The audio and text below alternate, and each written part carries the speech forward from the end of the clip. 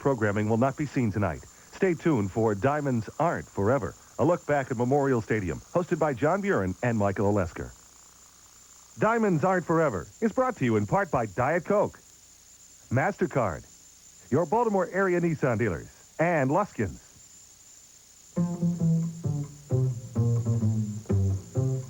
Sweet, sweet memories you gave me. You can't beat the memories you gave me. Memories are made of this. You can't beat the memories you gave me. Memories are made of this. Now, John Buren and Michael Olesker with Diamonds Aren't Forever. Well, 217 Baltimore Colts games, 3,027 Oriole games, 3,244 games in Memorial Stadium. And Michael, I guess you were here for what, 2,800 of them? Well, a lot of ball games, a lot of ghosts in this place. This is a place where we came as a community for glad times for many years. And for the next hour, we're going to take a look at some of the memories, some of the ball players. Great ball players. Some of the biggest names in the history of organized sport played right out here on this field. But, you know, as you look back over all the games, the 3,200 and change, and all the players, there are a couple that stand out. Some great ones.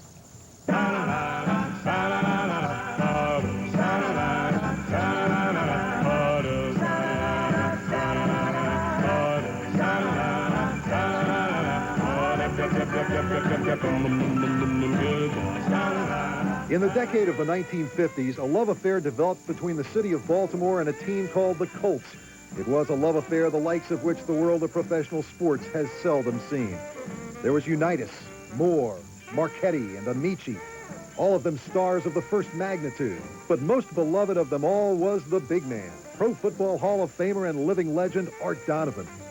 Art was the first Colts player ever elected to the Pro Football Hall of Fame. He was one of the greatest defensive tackles ever to play the game. Nowadays, Artie owns and manages the Valley Country Club in Towson, but he vividly remembers his days out on 33rd Street. I think the fondest memories I have of the stadium is just going there and practicing. And all the guys that worked there, we got to know them real well. The electricians, Frank Butler, who was the assistant superintendent, and they'd come in the locker room and we'd tell stories, or we'd meet them over here at the practice on Fremont Avenue in a bar we used to go to have a cup of coffee, of course. Of course. Yeah, and it was great fun. As many big days as Artie had at Memorial Stadium, certainly one of the most memorable of all had to be his last day. The year was 1962. Artie had just announced his retirement, and following his final game, he stopped to address the crowd. I don't know what I was going to say. I didn't have anything planned. I said, what can I say, you know? And then I got there, and I started to get choked up, and I really said what I really thought. And I know there's a lady up in heaven that is very proud of the way you people in Baltimore have treated her boy from the Bronx. I walked off the field, and I walked into the tunnel from the dugout, and Dr. McDonald was waiting for me. And I broke down here, and I cried.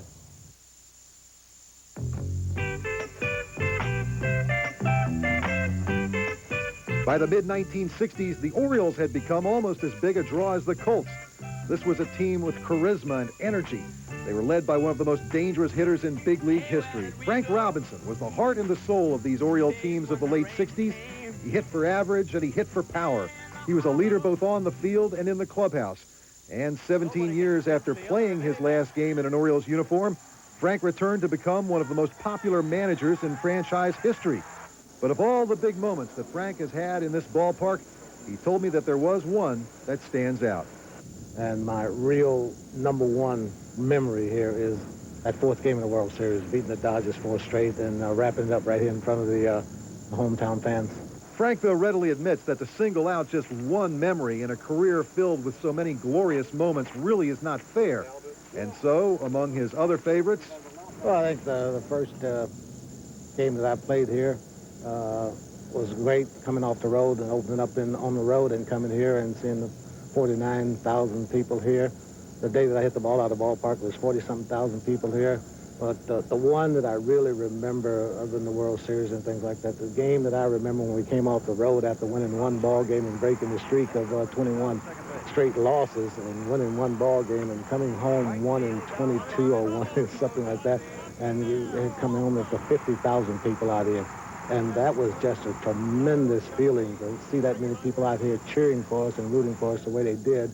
And, you know, really what saved that year, and I tell everyone, what really saved that year, John, in 1988 were the fans. The great Frank Robinson and the legendary Art Donovan, two of the most beloved performers ever to step on the playing surface at Memorial Stadium, each with their own special memories of the place, each now saying goodbye to a stadium they used to call their home. Thank you for the good times. Thank you for the memories, and I'll never forget you.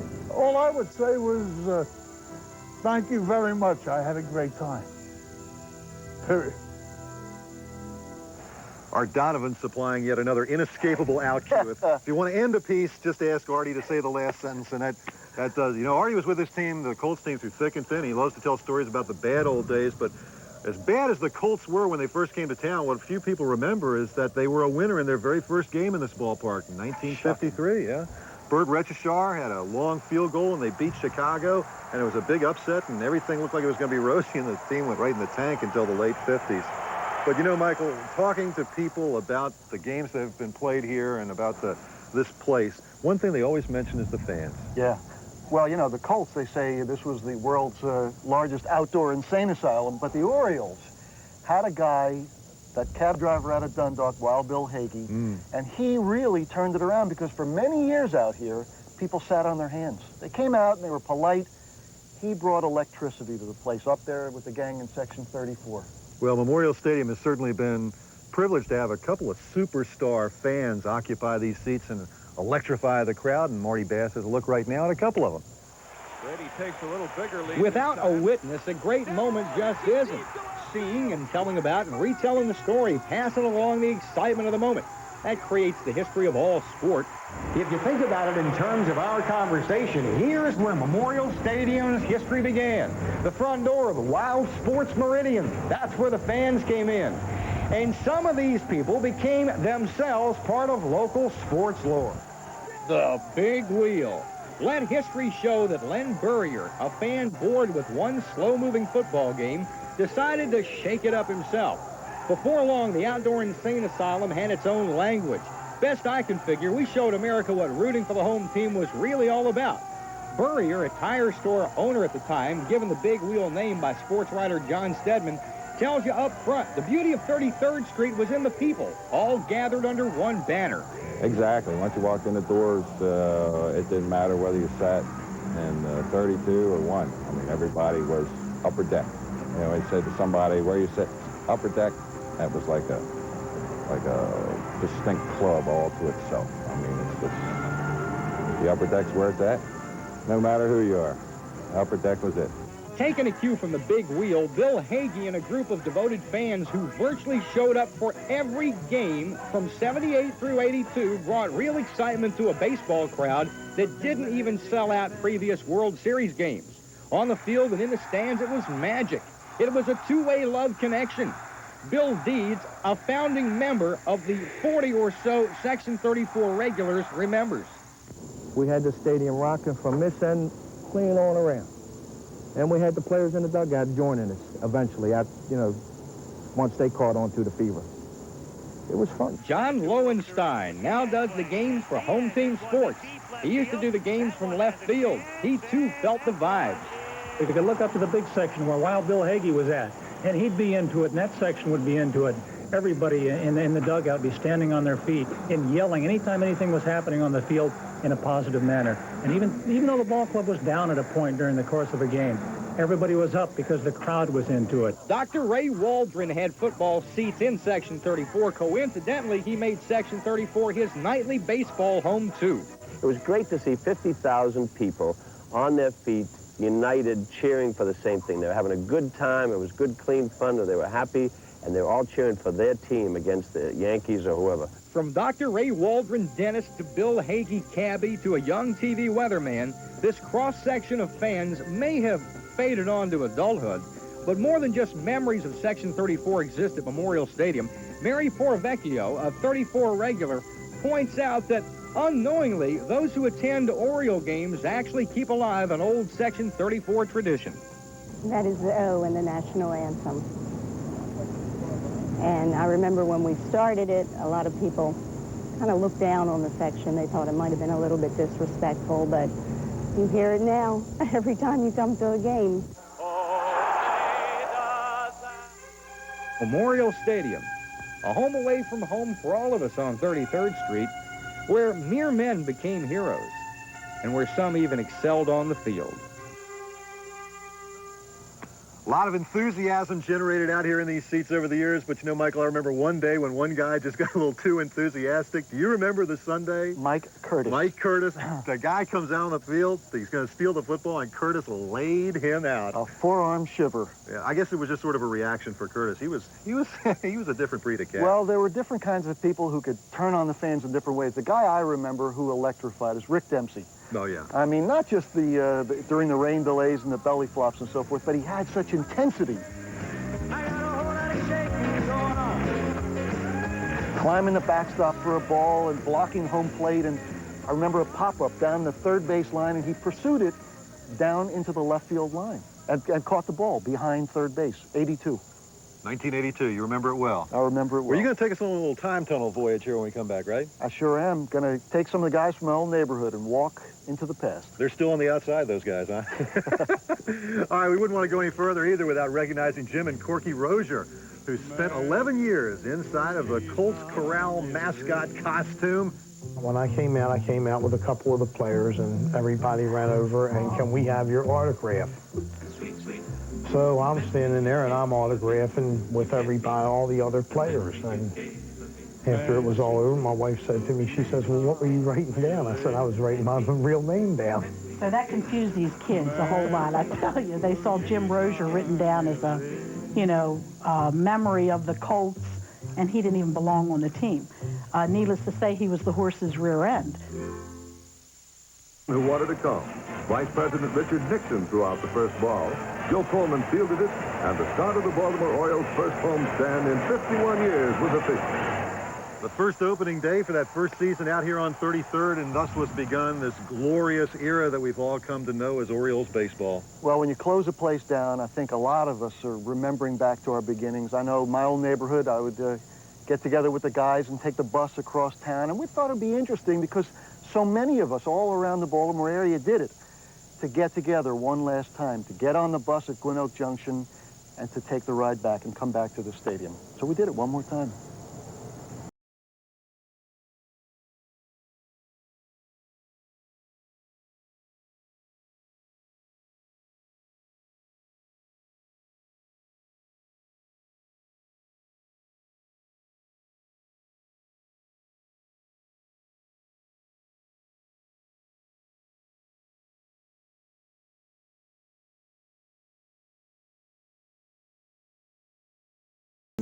Grove Park in northwest Baltimore, mid-1950s. We were a mirror image of a million kids all around this town, coming of age the same time as our baseball team. That's me, trying hard to look like a big leaguer. There's Rob Meyer.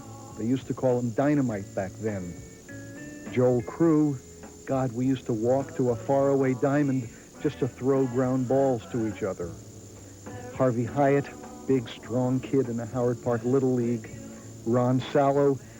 And years later, while there is still time, taking a sentimental journey all of Baltimore is taking as they close down the old girl on 33rd Street. The neighborhood's looking well taken care of. We spent many a day walking up this street. Seafood Pizza, that was Reed's Drugstore. Yep. The Rite Aid was Ben Franklin. Who's pitching today? Bob Turley? Connie Johnson? Arnie Portocarrero. We'll make it. These buses are fast.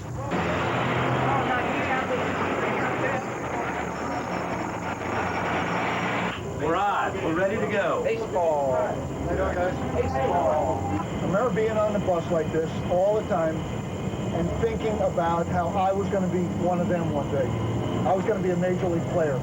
Looking back, I think I wanted to be a big league ball player like everybody. And I guess I lost it when I hit 40. I mean, I really thought until I was 40 years old that somebody was going to come and at least give me a shot at the minors.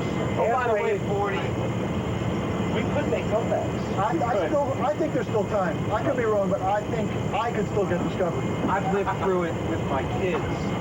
That's Little League. And I know that I don't have it, never will, and I hope they do. I remember. There you go. Okay, see you later. Yeah, guys. Take it easy. I remember when this bus, as it just did, turned onto 33rd Street. And we knew that it was right up the street. We're close. Near that stadium, and I would get such a rush. Right. It would come over me. Because we were going to be near those guys. I would get so excited I would get off the bus here and run to the stadium because the bus couldn't get there fast. That's right. Let's go. All right. Going to see ball game. Here. Go. Baseball time. Guys, I think we can make it to batting practice if we can walk a little faster. Well, Remember the rush? You know what? That's right. We used to come out for batting practice all the time, too. Whoa, watch out. Right. Sure we came out for batting practice. Oh, I can smell That's when we... Hoping to get a ball. I remember coming here as a kid and looking up at these words to the war dead, and time will not dim the glory of their deeds. And I swear I felt as if I were entering a holy place when I saw those words. And it made it very special and very moving coming here. I only hope that people really understand and appreciate the significance of the stadium, because to me it's my whole lifetime, and I'm going to miss it. I think we all are. Yeah. Well, we all had a lot of good times here. These memories will never change. Good day for a doubleheader. Who's pitching? Palmer in the first game, McNally in the second. I can't wait. Can't beat it. We went 2 today. Let's get it in. Right. This is like entering Oz. I thought these were the greatest seats in the house. What a day. The first time my father took me out here, and we sat in back of home plate, and the Orioles played the Yankees, and Ray Moore against Whitey Ford. In the first inning, Moore struck out Mantle, and I thought, man, this is going to be great. Next time up, Mantle hit a shot that I believe landed in the 3600 block of Greenmount Avenue. I remember bringing my father out here. Not my father bringing me out here, me bringing my father out here for the second game of the first World Series that the Orioles were in. I had stood in line down at the post office all night long to drop my envelope in the mail to get tickets to the World Series. That was 1966. That was 66. I remember all the times we would come out and sit in these bleachers, get out here during batting practice. 50 cents for a bleacher ticket, and they had a wire fence that went across there, and when the usher would turn his back, what do we do? Over the fence. Over the fence and into the box. Over the fence. To the wealthy general admission seats, and then gradually, when nobody was looking, work our way around to the box seats. I had so many dreams of playing center field for the Orioles and racing across a prairie like Paul Blair and catching a ball as it was about to sail over the center field fence, the crowd going wild, and people like us sitting out here in the bleachers saying, man, I want to be like Michael Lesker one day. Never quite happened. Never quite happened. But that's what it's all about. It's coming out to the ballpark and dreaming. And this was...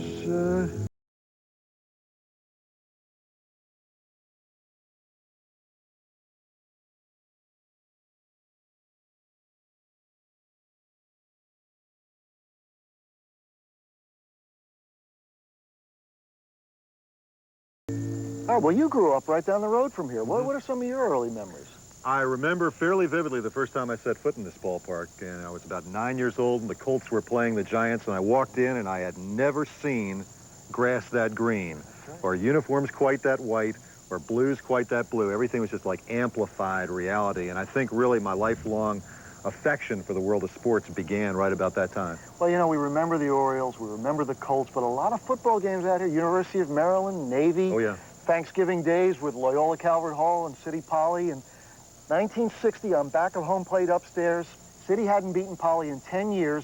There's 20 seconds to go in the half, and a kid named Tom Dooley returns a kickoff 85 yards for a touchdown. City goes on to win for the first time in 10 years. Just like in the movies, huh? Yeah. Another City kid, Kurt Schmoke, who went on and did pretty well for himself, didn't he? Whatever happened to him? I think he got into politics. Is that right? Yeah. I like that. Ah, well. When we come back, we're going to take a look at the Colts marching band and some of the old cheerleaders, Michael. Maybe some of your old girlfriends will be in there. But, I'll be looking. But first, Chris Ely has a look back at a very special memory of his.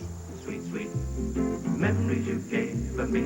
You can't beat the memories you gave me. There were marching bands and floats and various dignitaries, but best of all, we got a chance for the first time to see a Major League ball club, our Orioles.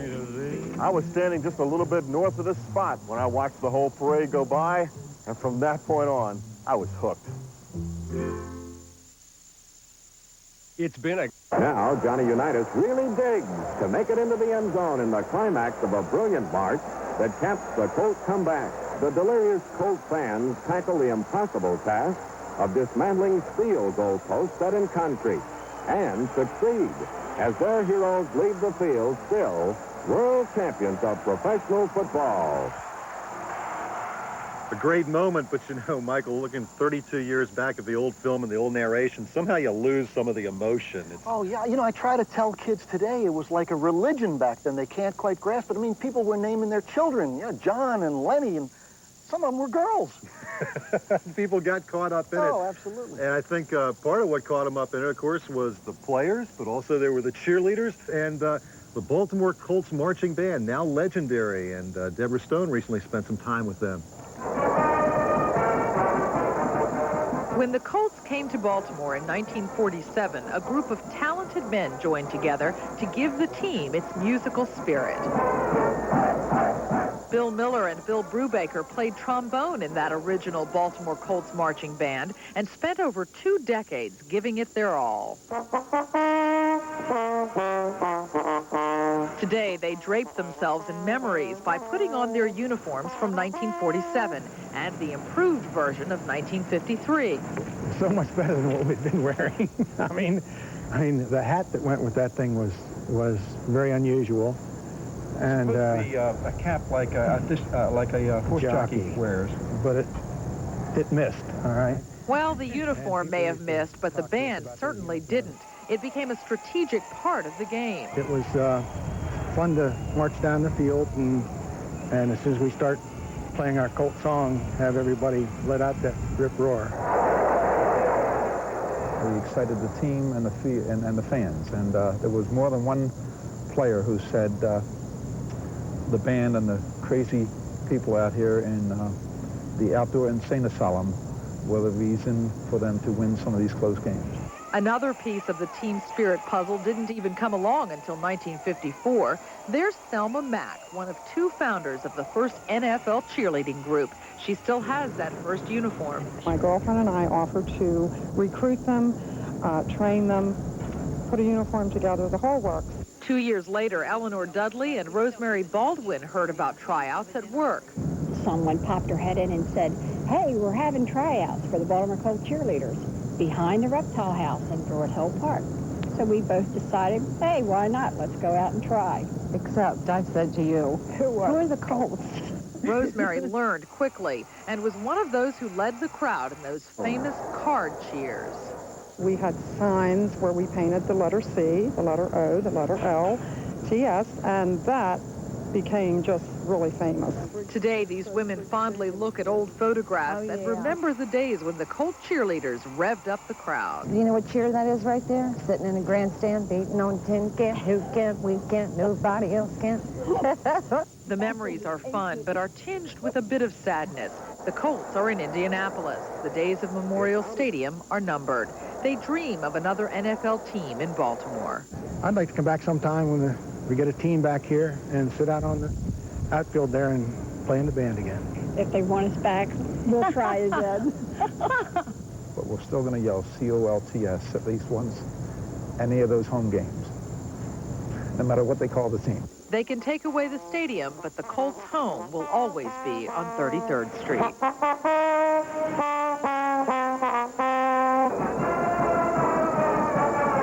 For Baltimore and Maryland, we will march on to victory. Go, Colts!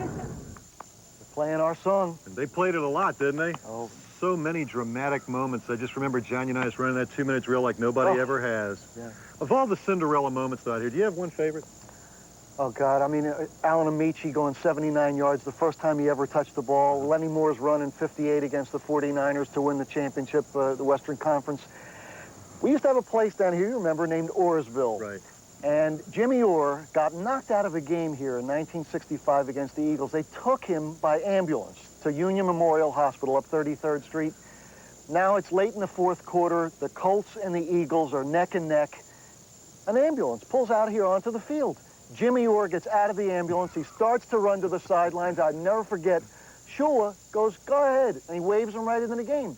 Second play in, Unitas throws the bomb to Orr in the closing moments of the game. Colts win it. Unbelievable. Right out of the movies, wasn't it? Absolutely. Some amazing, amazing moments. When we come back, we're going to get back to baseball. We got the Earl of Baltimore is going to talk to us about his experiences out here on 33rd, and we're going to meet some of the people who live in this neighborhood. Al Sanders will be speaking with them. But first, how about this memory from Colts Corral number 34? Hi, I'm Bill Bay. I'm Art Jackson. I'm Laverne Harrison. Arthur Smith. Doris Howard. And Bob Haynes.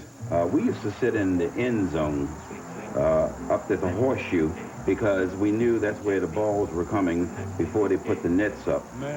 Getting a ball was a very prized thing, and Bill always ended up with more balls than anyone else. Well, it wasn't really a contest, Bob. I usually took care of the tickets, and I knew where the kickers would kick the ball, so I always got my seats right where they would come in.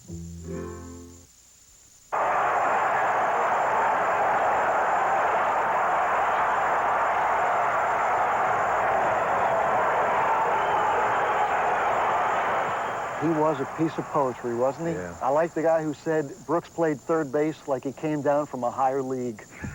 You know, he was here over parts of 3 decades, and I guess when you put it all together, he may have been the greatest Oriole of them all. And as you and I have discussed so many times, one of the nicest people you will ever meet in sports or anywhere else, and that's got to count for something.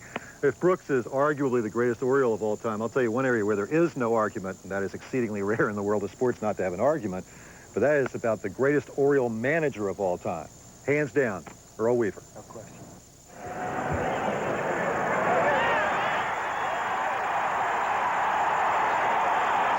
If it's possible for a ballpark to have a soul, certainly Earl Weaver would have to be the soul of Memorial Stadium. In his 16 years as manager of the O's, Earl brought a passion to this place, the likes of which has seldom been seen anywhere. Under Weaver, the Orioles became one of the most powerful dynasties in all of Major League Baseball. But as skilled a tactician and a strategist as he was, what most folks will remember about Earl Weaver at Memorial Stadium is the arguments.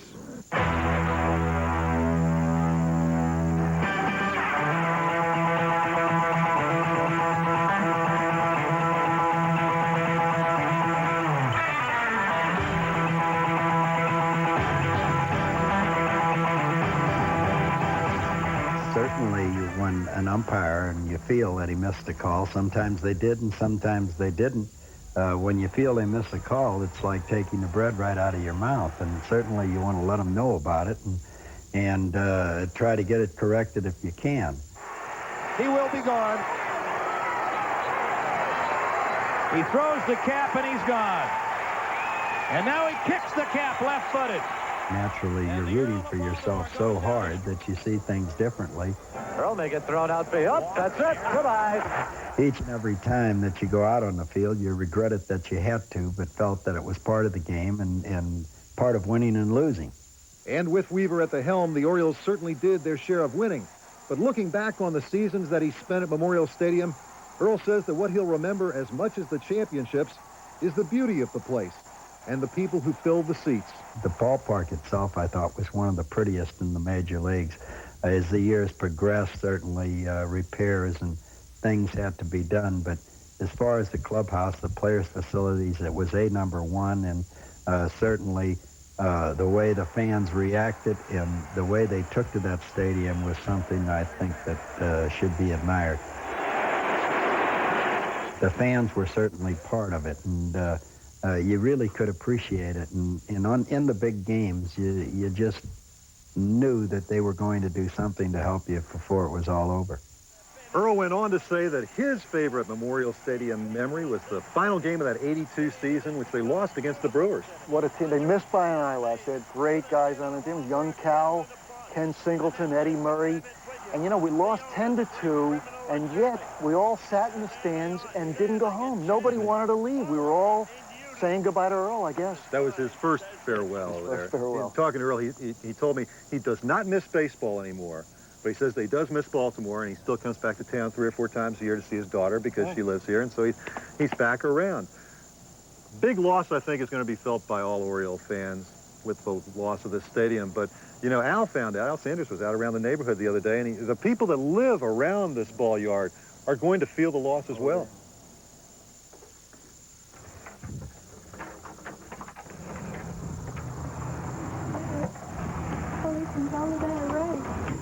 May and Fred Metters found heaven on 36th Street some 20 years ago. They love baseball, they love the Orioles, but hate losing their season seats in Section 38 at Memorial Stadium, a mere 7-minute walk from home. And I would like to know what they're really going to do with it, wouldn't you? You know, it's so pretty. Look at this school over there. They cannot duplicate this downtown. We'll go in Gate E7 today, okay? So what on earth is the attraction for people who love to live tightly packed around a Major League stadium, considering the fact that at night, lights from the stadium cast an eerie glow over the surrounding neighborhood?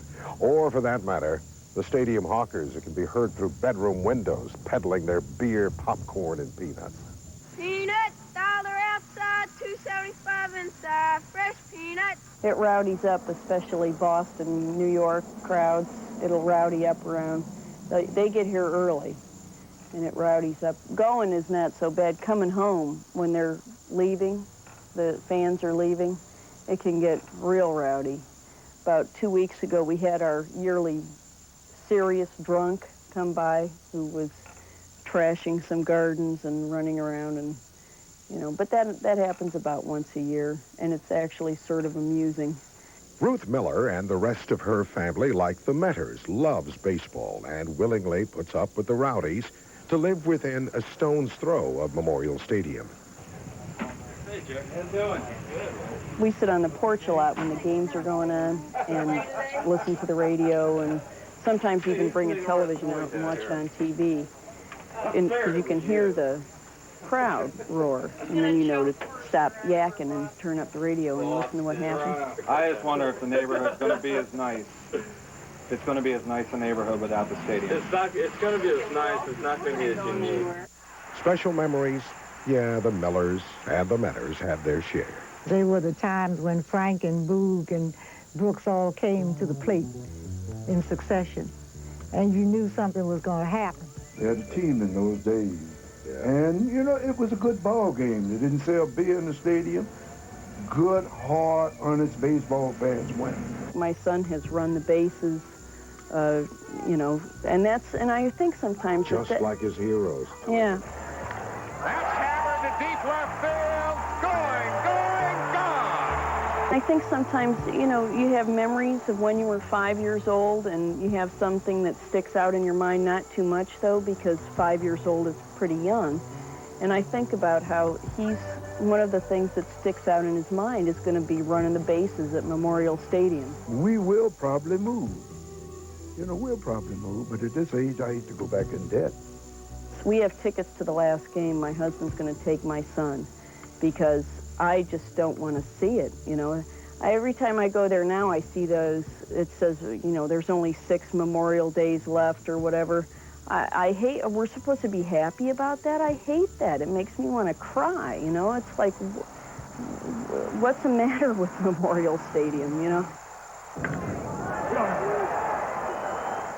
You know, a lot of people don't realize this is a very unusual ballpark because it's located right in a neighborhood. A lot of big league parks today, they don't have that. Yeah, they like to build them out on interstates and places like that. Maybe it's just me, but I feel like a game is more personal if I'm watching it like in somebody's neighborhood. It's like it's more real almost. There's an intimacy. I can remember many times coming down and parking in the same guy's garage for $1. You get to know him after a while. Great ballpark and some great memories and some bizarre stuff. Remember the plane in the upper deck? Donald Croner. At the Colts-Pittsburgh game? Yeah, well, we're going to relive that memory with a fellow who narrowly averted disaster that day. But first, let's hear from my man Leonard in the press elevator. You know, Leonard comes out here to every single game, but never sees a single play because they keep him cooped up in that old elevator. Well, I had people want to go to the 5th floor, and we only got 3. And they get mad because I can't take them up that far. And they want to go to the Section 8. I said, I can't. I want to go up and down. So you got to catch a cab. You want to go to Section 8. And they get mad at me, you know, and think it's my fault. But outside that, it's all fun. Keep your eye on number 24, Lenny Moore, who is flanked to the right here. Unitas is looking for Raymond Berry out to the left, but suddenly he spots Moore cutting for the center of the field. Johnny's pass is perfectly placed, and Lenny is already behind Lyndon Crow. Nobody is going to catch Moore now, and he lopes to a 60-yard touchdown. I tell you, when number 24 got behind you, I don't care who you were, you weren't going to catch him. You can take O.J. Simpson, you can take Walter Payton. I don't care. For my money, the greatest breakaway runner in the history of the game. Of all time. Lenny Moore. Yeah, they talk about the Paytons and the O.J. Simpsons and certainly the Gale Sayers. You look at film of all of them, and it's like they're all based on the prototype that was Lenny Moore. He was the role first. model, yeah. Yeah, terrific player. We talked a second ago about some weird stuff that happened out here. Now, I know you remember the day of the plane, the guy tried to land in the upper deck. Donald Croner. Unbelievable. Now, that's something that is unique to Memorial Stadium. Nobody else has had anybody try to land a plane in it. Anyway, Norm Vogel is going to take us on a sentimental journey back to that day and one of the people that was almost tragically involved in that occurrence.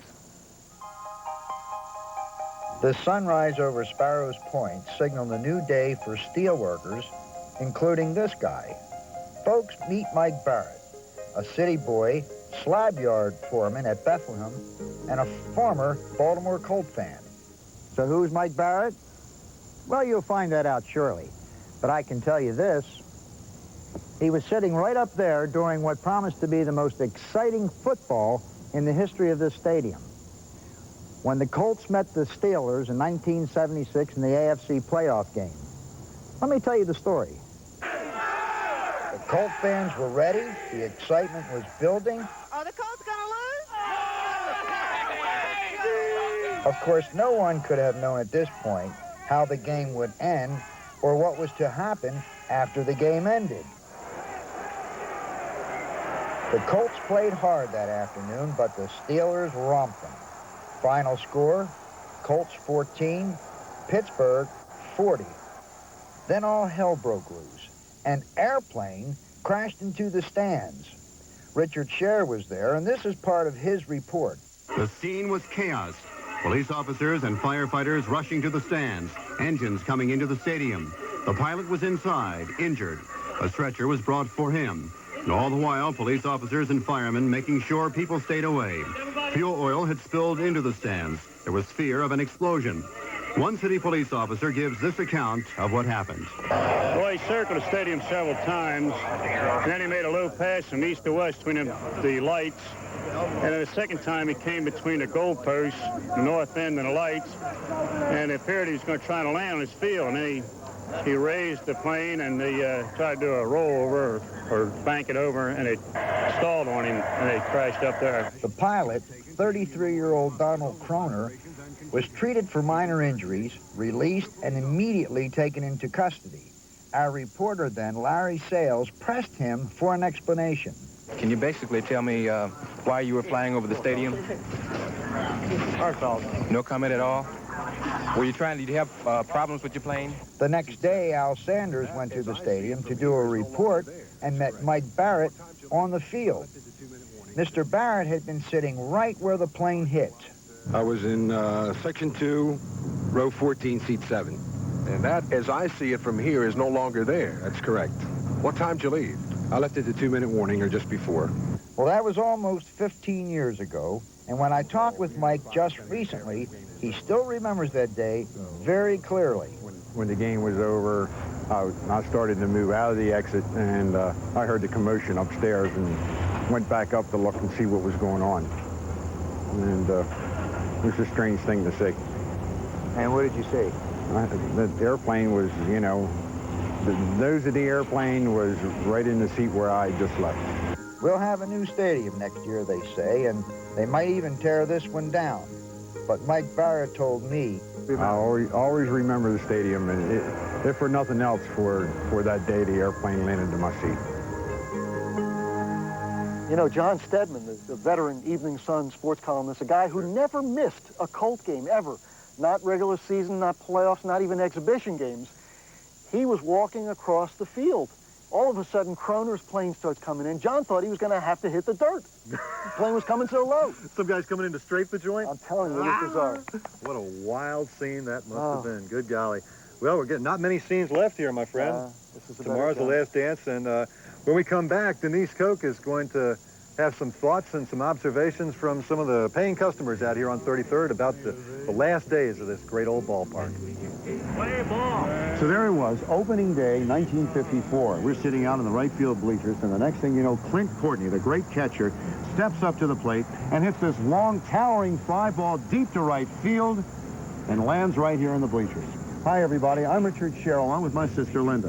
And I was not paying that much attention what was going on until all of a sudden all of these guys are jumping, they're grabbing at me. Then I get whacked on the leg by the ball. I didn't get the ball. My brother didn't get the ball. My father didn't get the ball. I still don't know who got the ball. Second, Lowenstein sends a high fly ball down the left field line. It's a home run for John Lowenstein. Just gets in there, and the Orioles win Game 1 of this 5-game series. Lowenstein rounds third base. He's grabbed by Earl Weaver. He's headed home, and the entire Oriole team is there. And the Orioles have performed another miracle on 33rd Street.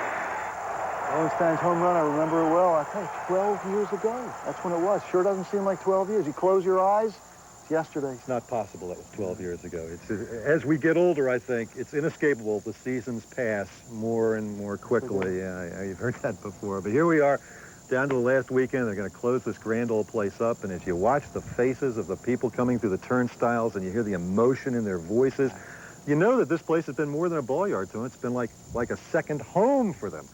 Denise Koch's been out here this weekend talking to some of the paying customers to get their reactions to the closing of this magical place on 33rd Street.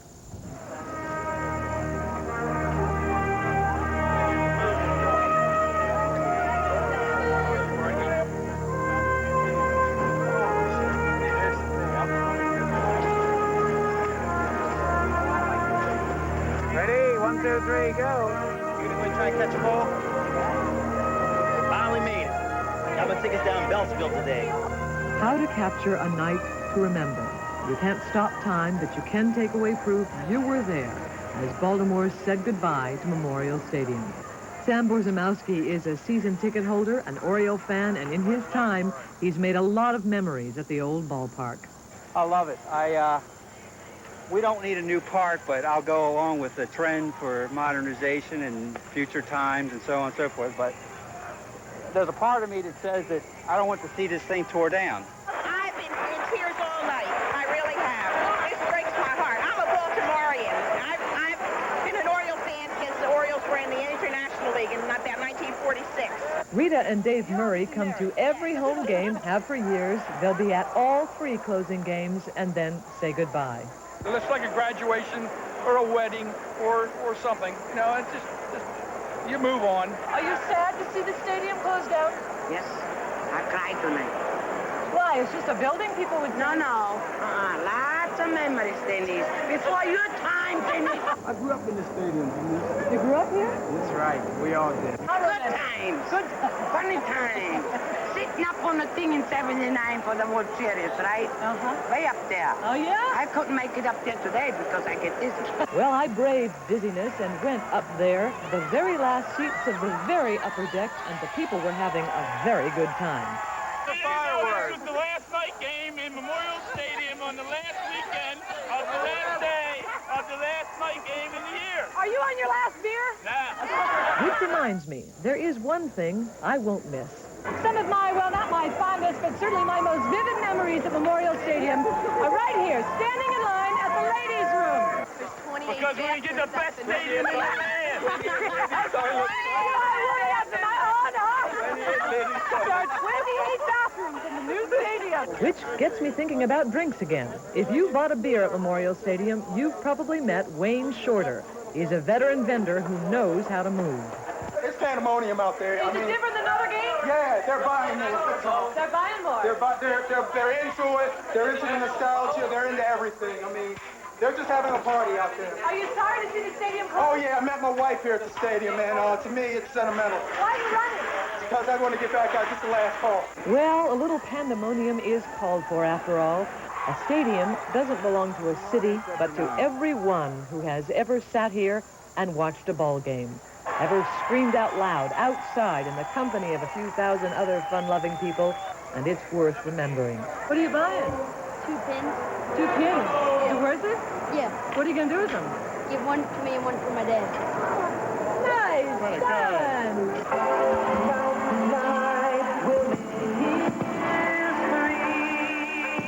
Graziella the Mini has a souvenir that money cannot buy. She's a ball girl, and when the game ended, her boyfriend, yes, popped the question on his knees in front of everyone who waited for the show. Ah, don't you just love happy endings?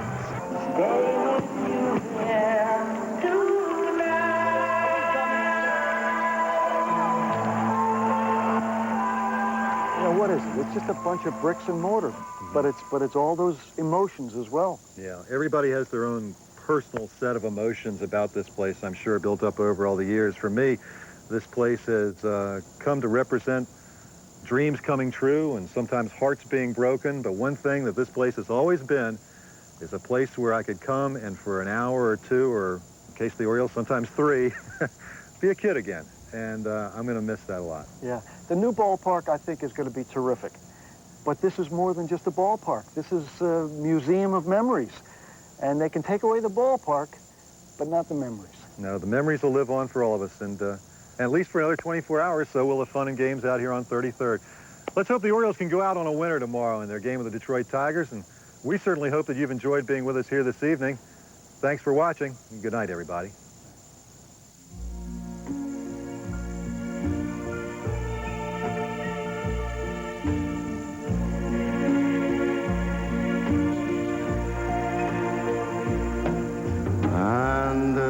There used to be a ballpark where the field was warm and green, and the people played their crazy game with a joy I'd never seen, and the air was such a wonder. From the hot dogs and the beer. Yes, there used to be a ballpark right here.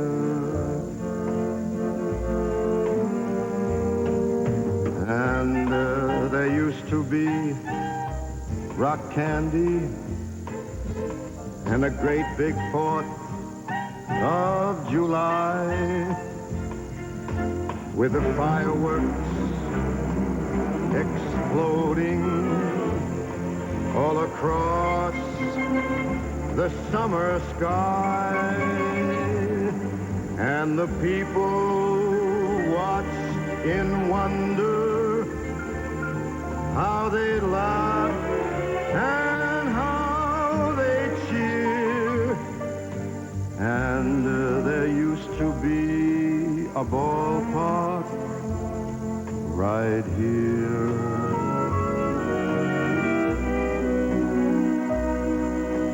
Now the children try to find it, and they can't believe their eyes, 'cause the old team just isn't playing, and the new team hardly tries, and the sky has got so cloudy when it used to be so clear, and the summer went so quickly this year.